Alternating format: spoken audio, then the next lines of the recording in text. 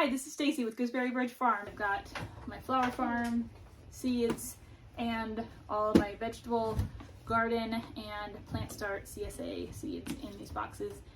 And I didn't even fill them up, which I was really excited about. I have about 4 of these these are photo organizers from Michael's, and like 4 of them are actually empty, which is fabulous. So I can buy more seeds.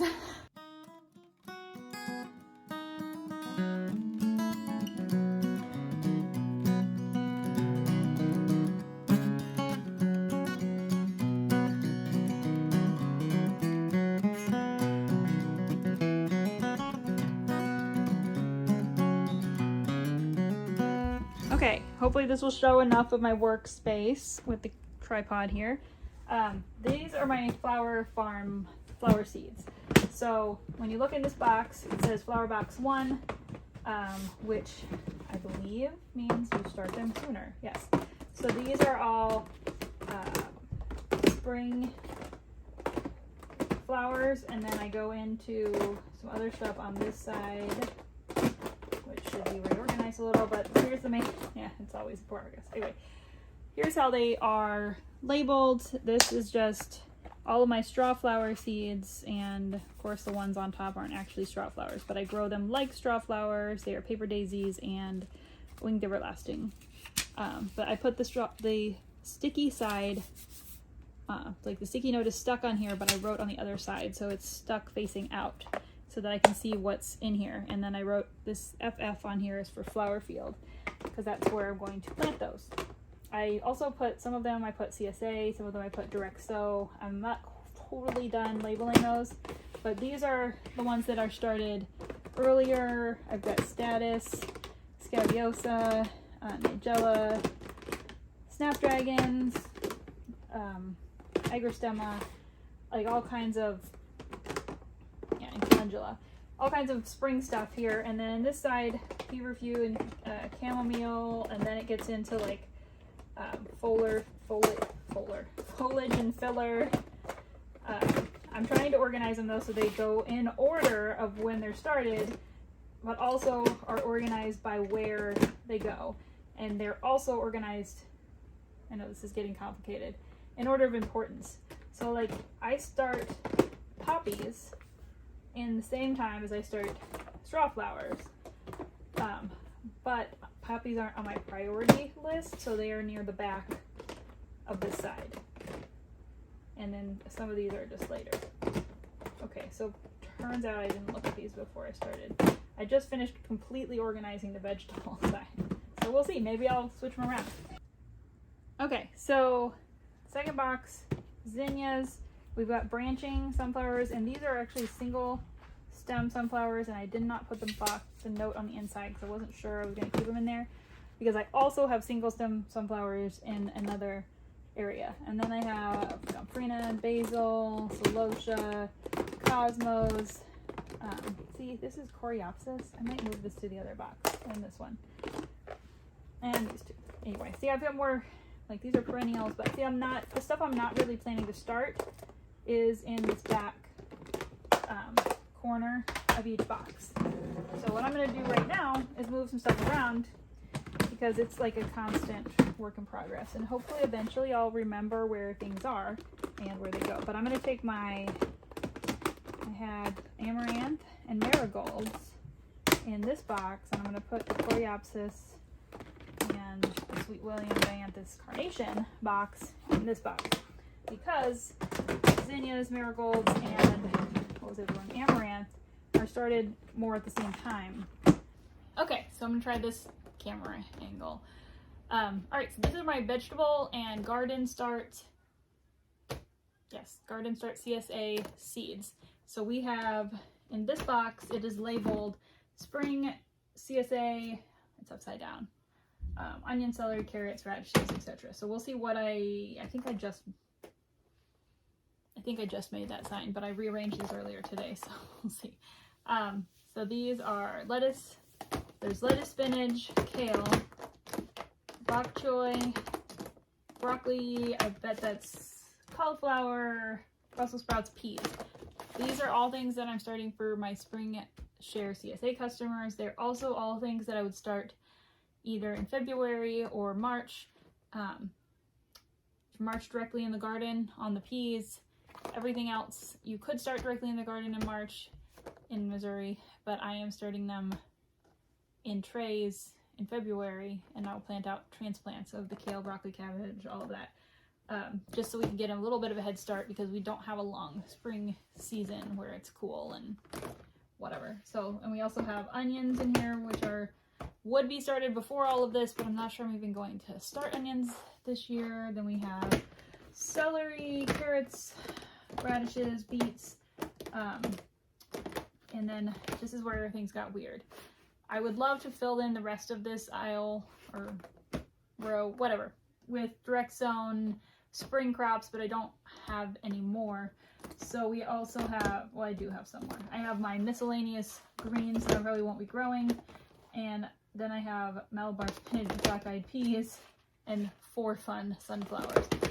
Sometimes you just have to, you can't get it perfect. I'd rather have this box full than have the perfect combination of stuff. And you see all my boxes have dinosaurs, so for Valentine's Day. Thanks to Teddy. Okay, so this box is my second box of vegetables, and it has summer stuff primarily for the CSA. So these will all be started in March, and except for the peppers that are really like the last week in February. And then some of the herbs I'll probably start a little earlier, like oregano.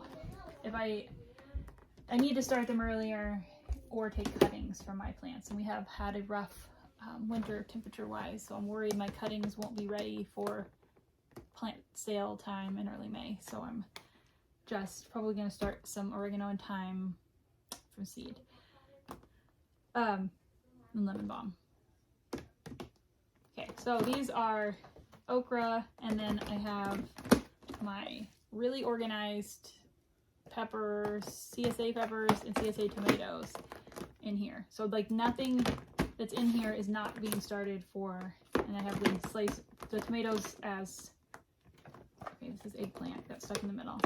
Slicers, cherries, and sauce tomatoes.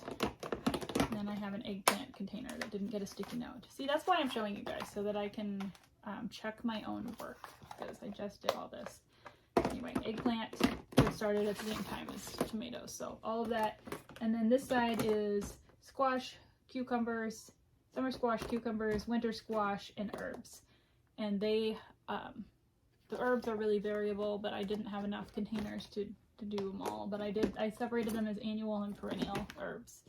So some years I will only start annual herbs. And the other thing is that basil is not in here, because I have so many varieties of basil that it takes up its own container, and I plant those in the flower field for filler, for bouquets, so they are, and I also plant them in the garden, but I also sell them for herb start. Yeah, it's a lot. So I can't put them everywhere I would use them in the boxes, so I put them in the highest priority area, which is the flower field thing, and I know I won't forget them that way because they're right there with the zinnias. So the last box, put these boxes back, and I love how they just fit in here. I could probably stand them all up like I have this one, but this is an old antique cabinet, and this side is like a tiny fraction shorter than this side, so I'd have to really shove them in on this end. So I'm just doing it this way because it fits and it works out. So this one is beans, corn, and extras. So this side is all beans that will be direct sown. These are all my beans, and this is corn. So I have runner beans, green pole beans. I have a container or a dry beans, and I put the bush and the pole varieties in there. And then there's 3 varieties of bush green beans. Those are what we grow the most of, like 1,500 a year, and those are just for our personal use. These are not for my plant CSA. These are not for selling. That's how many seeds we have to plant in order to grow beans for our family to eat for the year. So we have each of these has probably half a pound, they're heavy, of bean seeds.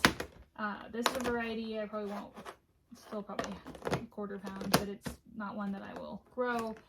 And the dry beans, I mainly plant the bush variety because they take up less space and they mature faster and all at once. And they just have worked way better for me. These are empty. It's crazy. And then over here we have other winter squash and gourds. These are the ones that I decided not to plant. I have a container in this one of hardy winter squash that I will be planting. And then we have asters and dahlias, which I am not doing in the flower field this year, so I just stuck them in here. These are all tomato seeds that I saved, and I like having them, and I save them every other year or so. I don't do it every year, but every other year I save my own seeds in case something happens and I'm not able to buy the seeds that I want to plant.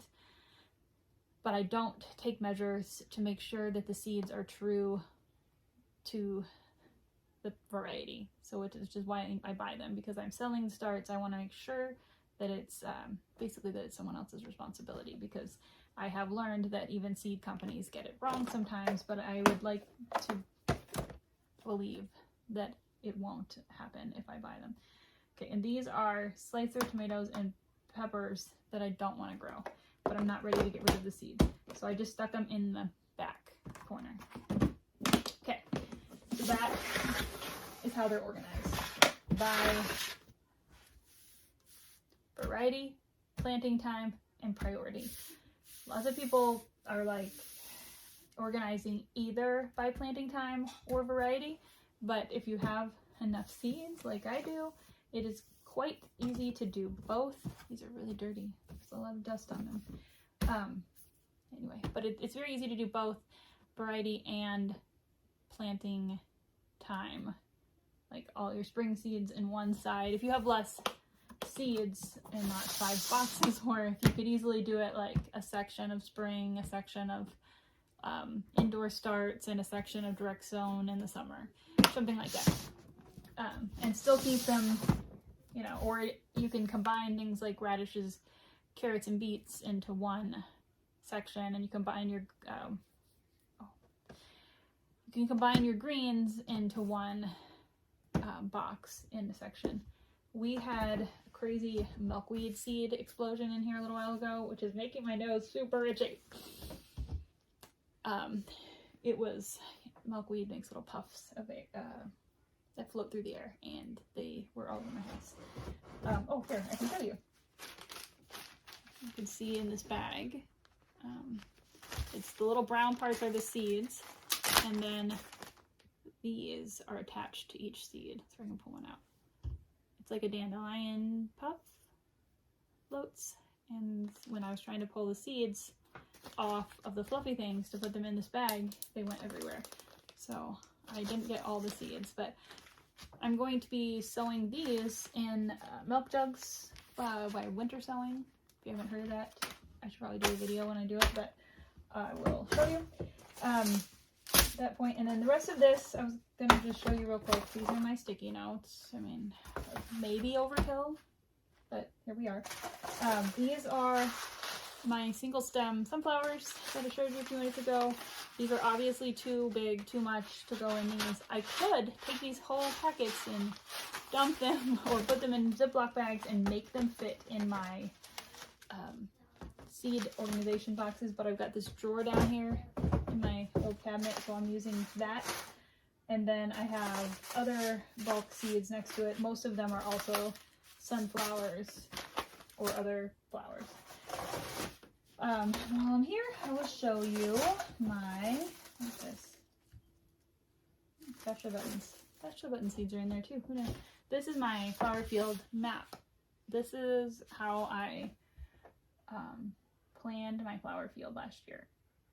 I need to make a new one. Look, there's a blank side. This is like a poster board, so that it, and it's all written in pencil.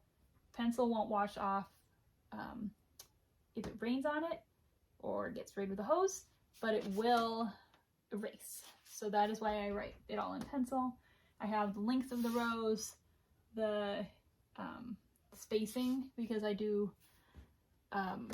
wheat fabric, and I like the whole row to have the same spacing, like 9-inch, 12-inch, or 6-inch, or what most of my field is. So it'll say, and then I kind of either know in my head at this point or have a calculator that tells me how many plants will fit in that row based on how long it is.